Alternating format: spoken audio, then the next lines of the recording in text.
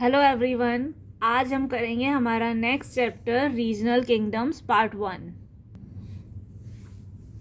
The history of the early medieval period is centred on power struggles among regional kingdoms of both north and south India leading to the frequent rise and fall of kingdoms. The Rajputs, the Ghaznavis, the Gauris and the Palas, the Gurjaras, Pratiharas were some powerful kingdoms of the north, while in Deccan the Rashtrakutas were the most dominant among some other lesser known dynasties. The Pallavas, the Pandyas and the Cholas were the prominent ones in the south. तो अगर हम medieval period की बात करें तो उस time पर India जो है एज अ सिंगल कंट्री नहीं था. मतलब एक सिंगल रूलर जो है वो पूरे इंडिया पे राज नहीं करता था, बल्कि इंडिया जो था वो अलग अलग रीजन्स में डिवाइडेड था.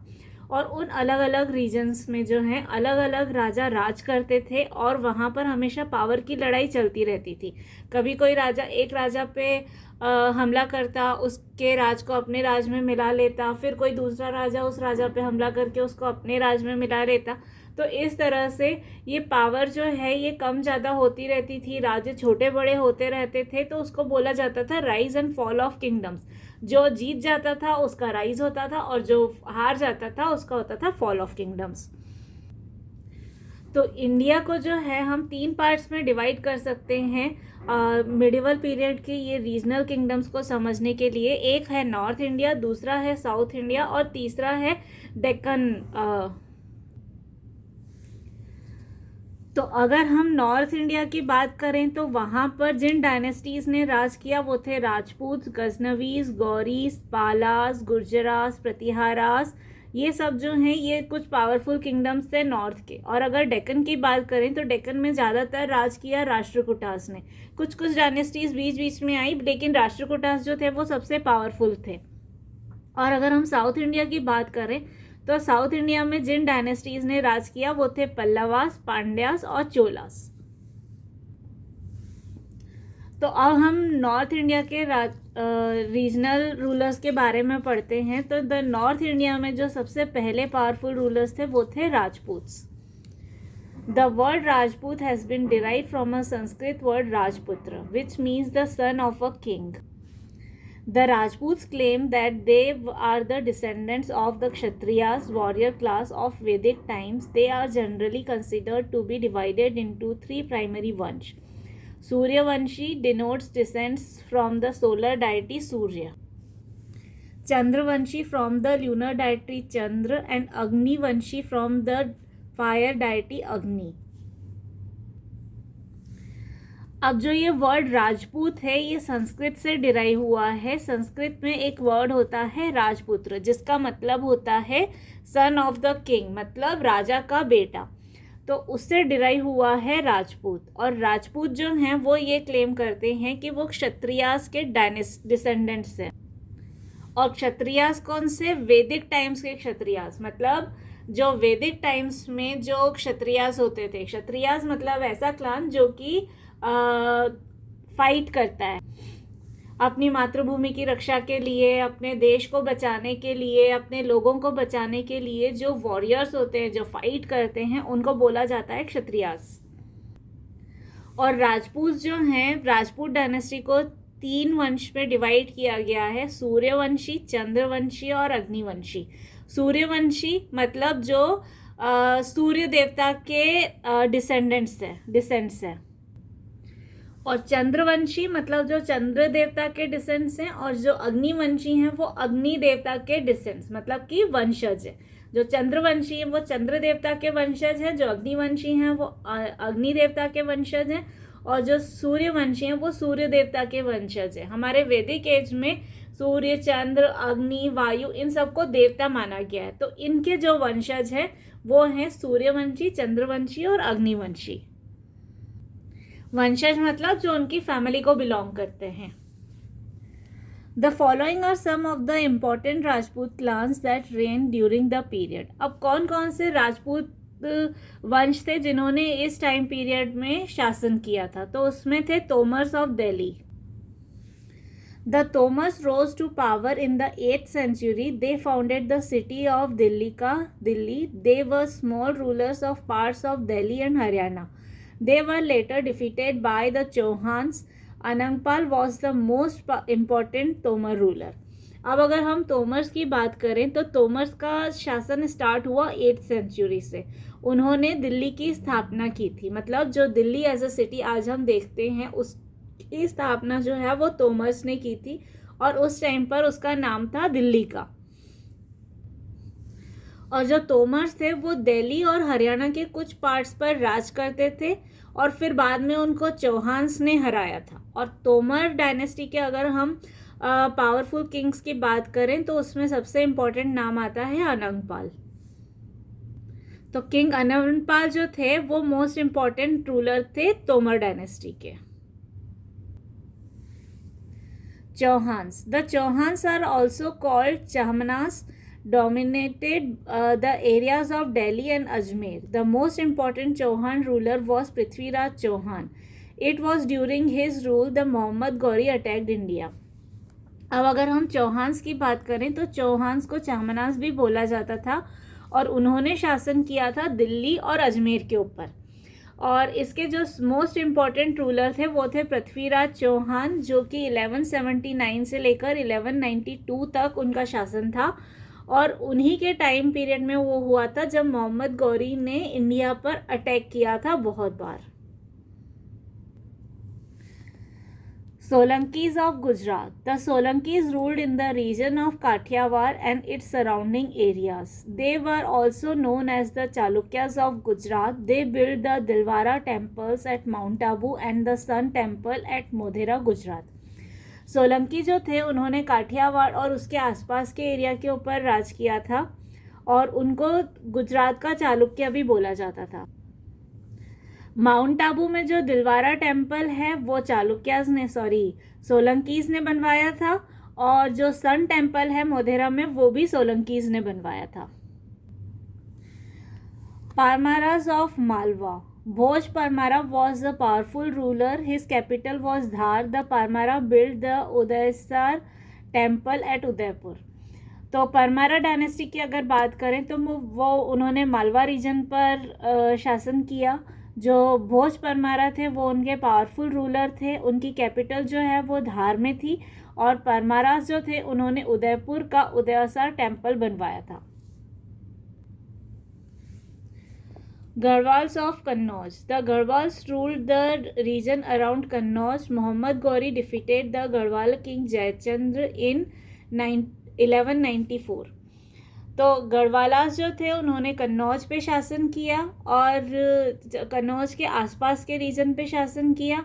मोहम्मद गौरी जो था उसने गढ़वाल राजा जयचंद्र को हराया था 1194 पे. Chandelas of Bundelkhand. The Chandelas ruled in Bundelkhand, the area between the Yamuna and Narmada rivers. Their capital was Khajuraho. Kirtivarman was their most influential king. They built the beautiful temples at Khajuraho. जो चंदेलास थे उन्होंने बुंदेलखंड और उसके आसपास के reason में शासन किया. मतलब यमुना और नर्मदा रिवर के बीच का जो रीजन है वहाँ पर उन्होंने शासन किया. उनकी कैपिटल जो है वो खजुराहो में थी और उनके जो इन्फ्लुएंशियल किंग थे, जो पावरफुल राजा थे, वो थे राजा कीर्तिवर्मन और उन्होंने बनवाया था खजुराहो का वो टेम्पल जो कि बहुत फेमस है. तो ये सारे थे हमारे राजपूत राजा, तोमर्स, चौहान, सोलंकीज, परमारास, गढ़वाल्स और चंदेलास. ये सब जो थे वो राजपूत थे. अब हम पढ़ेंगे गजनवीज के बारे में. In the period subsequent to 1000 CE, a number of invaders entered India across the mountain passes in the northwest. The first series of Ghaznavi's invasion were led by Mahmud, the ruler of Ghazni. अब बहुत सारे attacks हुए थे India पे around 1000 CE जब बहुत सारे invaders आए थे इंडिया में और इंडिया को लूट के ले गए थे और वो आए थे नॉर्थ वेस्ट की तरफ से.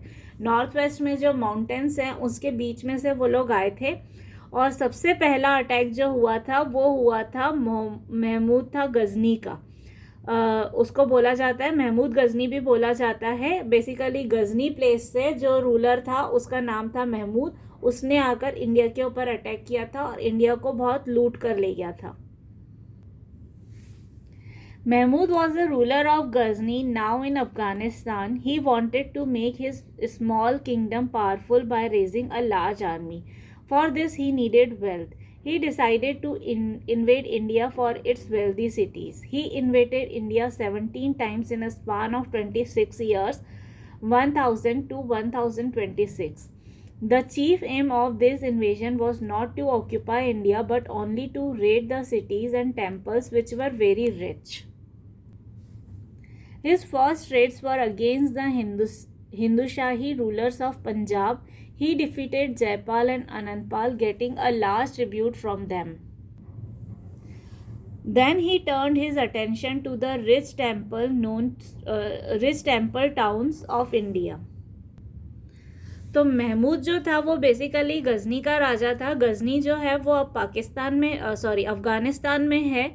और वो जो है गजनी बहुत उसका स्मॉल किंगडम था और वो चाहता था कि वो अपने किंगडम को बहुत पावरफुल बनाए और उसके लिए उसको एक बड़ी सी सेना की ज़रूरत थी. तो अपनी आर्मी की वो स्ट्रेंथ बढ़ाना चाहता था और वो स्ट्रेंथ बढ़ाने के लिए उसको खूब सारे पैसे की ज़रूरत थी.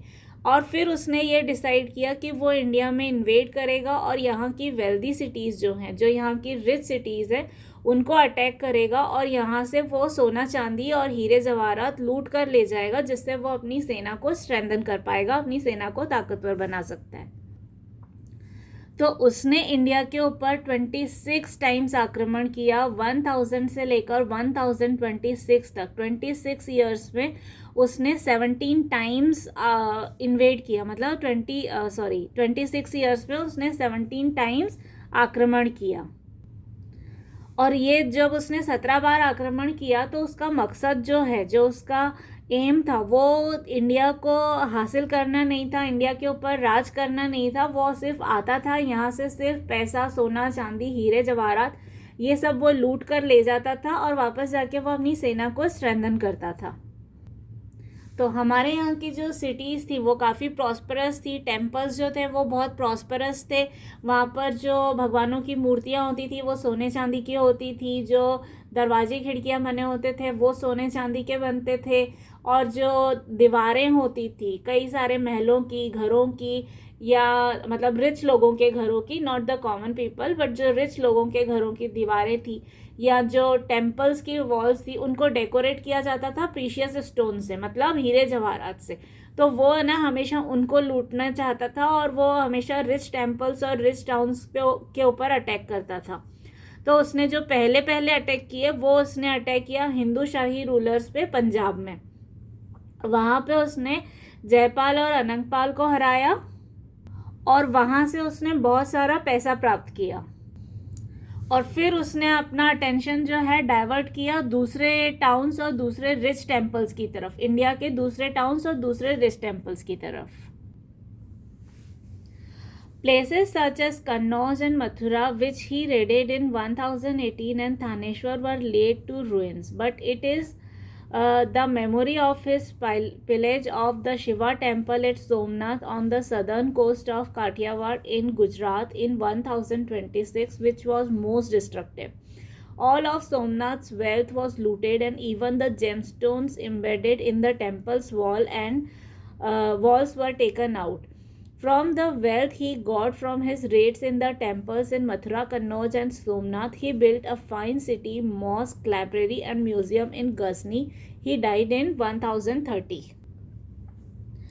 तो उसने कन्नौज और मथुरा के ऊपर आक्रमण किया 1018 में और थानेश्वर में, और इन तीनों सिटीज़ को उसने बिल्कुल तहस नहस कर दिया. He converted the cities into the ruins only. मतलब हर चीज़ तोड़ फोड़ दी उसने, पूरा लूट के ले गया, पूरा तहस नहस कर दिया. लेकिन जो उसका अटैक था सोमनाथ टेम्पल का, जो कि गुजरात के काठियावाड़ में है, वो अटैक किया था उसने 1026 में. वो सबसे ज़्यादा डिस्ट्रक्टिव था. सोमनाथ की पूरी वेल्थ जो थी, पूरा पैसा वो पूरा लूट कर चला गया. इवन जो जेम स्टोन्स, जैसा कि मैंने आपको बताया कि वॉल्स को डेकोरेट करने के लिए वो हीरे जवाहरात यूज़ करते थे, जेम स्टोन्स यूज़ करते थे, उनको भी वॉल से निकाल कर उसने पूरी तरह से तहस नहस कर दिया, टेम्पल्स को, चाहे घरों को, चाहे वहाँ के पैलेस को। और वहाँ से उसको पूरा इतना जो खजाना मिला, जो वेल्थ मिली, जो पैसा मिला, उससे उसने गजनी में जाके सिटी को डेवलप किया। वहाँ पर उसने मस्जिद बनवाई, लाइब्रेरी बनवाई और म्यूज़ियम बनवाया। और उसकी डेथ हुई 1030 में। द गोरीज, फिर उसमें नेक्स्ट थे the गोरीज। Gor was a small kingdom in Afghanistan which was captured by Mahmud Ghazni, who made its ruler his vassal. It was an important part of the kingdom of Ghazni, but after the death of Mahmud of Ghazni in 1030, the Ghaznavis declined the power. Muizzuddin Muhammad declared the independence of Gor and defeated the Ghaznavis, annexing entire Ghaznavi territories. He is popularly known in history as Mohammad Ghori. तो फिर गौर जो था वो एक छोटा kingdom था अफ़गानिस्तान में ही, गजनी के पास। तो महमूद गजनी जो था, जिसने इंडिया पे अटैक किया था 17 टाइम्स, उसने वहाँ के रूलर को भी के रूल को भी कैप्चर कर लिया था। और वो जो था वो गजनी का ही पार्ट बन गया था।